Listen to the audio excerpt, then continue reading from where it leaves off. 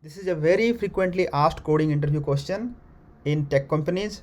So this is an array which is good because we can use some techniques that we have learned in earlier session. Hey guys, welcome back. Today we are going to solve trapping rainwater problem from LeetCode. Given n non-negative integers representing an elevation map where the width of each bar is 1, compute how much water it is able to trap after raining. Okay, so we are given an array. Each element represents the height of the bar and we need to return how much water it is able to trap after raining. Now let's try to understand this problem. Let's try to solve this problem using this simple intuition. Okay, let's say I am walking towards a higher elevation. Okay, let's say I am standing and towards my right side there is a bar whose height is more than the bar which is standing left side of me. Okay, so at that time how much water it can contain? It depends on the height of the bar which is on my left side, right? Yes, of course, right? So if there are multiple bars towards my left side, then which bar will I take? I will choose the bar which is of the highest length, right? Which is the max length. So in a way, when I am standing at ith position, then I will look at my right side. And if the right side bar is higher than me, then I will look at my left side.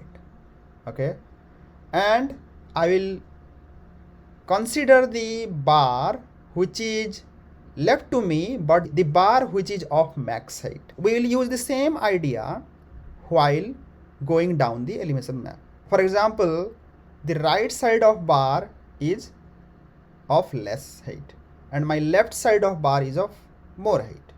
Okay, so in that case, how much of water I can contain? I will consider the bar which is of the max height towards my right side. We will use this idea and we will solve this problem. Okay, sounds good? Now let's start coding. Int result equal to 0. We will return the result, right? Okay, let's take two pointers. Int I equal to 0 and int j equal to height array length minus 1. Okay, good. We are also considering two variables, max left and max right. So let's initialize them also. So max left equal to 0 and max right equal to 0. Good. Yeah, now let's start a while loop. I less than j. Good. Okay, fine. Now we have to consider two cases. So one case is if height of I is less than equal to height of j. So yeah, we have to calculate the max left, right? So max left is math dot max left and the current height, right? Now result equal to max left minus the current height plus whatever result we have, right? Result plus equal to max left minus current height. So we have calculated the result for the current position, so we'll just increase the pointer. Okay, now the else case. Now in the else case, we'll do the exact opposite case. We'll calculate the max right using j pointer and we'll calculate the height of the water which is max right minus the current height using j pointer, of course, add it to result and then decrement j. That's what we'll do. So let's do that. Max right equal to math dot max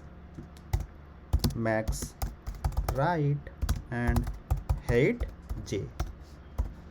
Okay, and then result plus equal to max write minus height j and then j minus minus. Okay, now run the code.